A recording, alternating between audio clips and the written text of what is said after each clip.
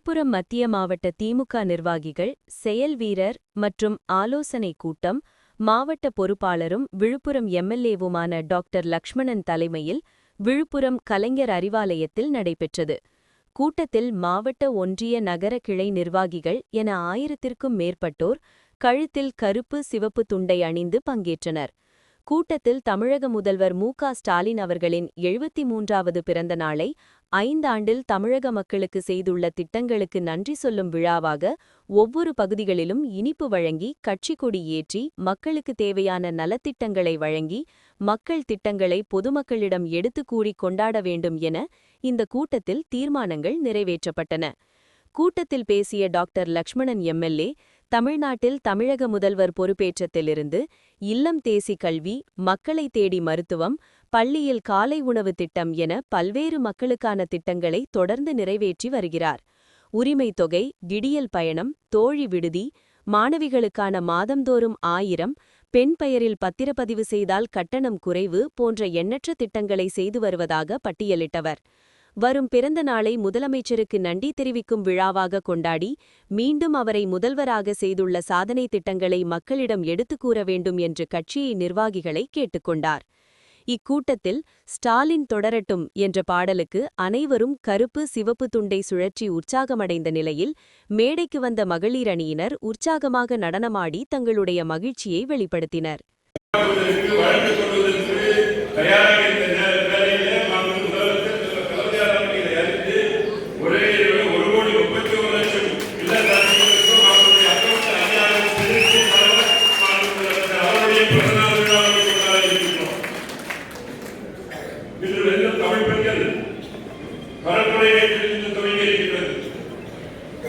தமிழகமெங்கும் முதலமைச்சர் கலைஞருடைய சாதனைகளை மகளிர் நம்முடைய இயக்கத்துடைய மகளிர் எல்லாம் இல்லந்தோறும் சென்று அந்த இல்லத்தரசிகளை சந்தித்து தலைவருடைய செய்தியை சொல்ல வேண்டும், சாதனைகளை சொல்ல வேண்டும்.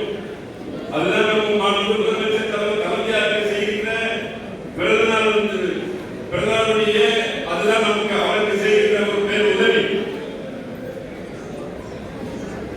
முதலமைச்சருடைய செய்தியை நம்ம பார்த்தோம்.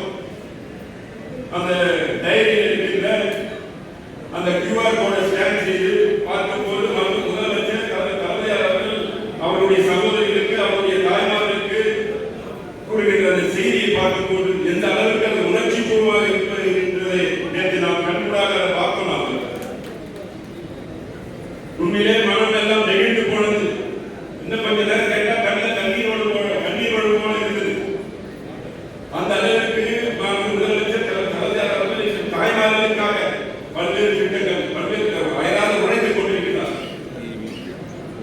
நேற்று கூட நான் அண்ணன் சீர்திருத்தம் எப்படி நம்ம தொடர்பு பண்ற போது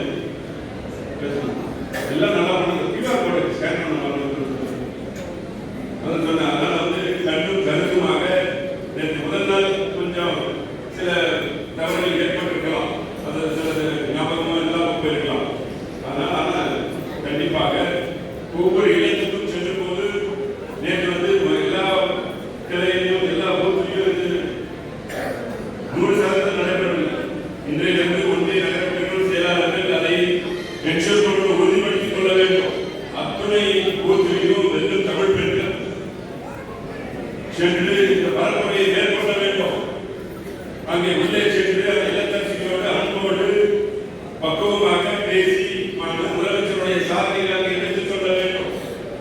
அந்த டைரியில் இருக்கிற QR கோடை ஸ்கேன் செய்து முதலமைச்சருடைய செய்தியை பார்க்க சொல்ல வேண்டும். அவர் அவர்களுடைய குடும்பத்தில் ஒருவராக இருந்து பேசுகிறார். அந்த செய்தியை கண்டிப்பாக பார்க்க செய்ய வேண்டும். அந்த லிஸ்டுக்காக கொடுக்க வேண்டும்.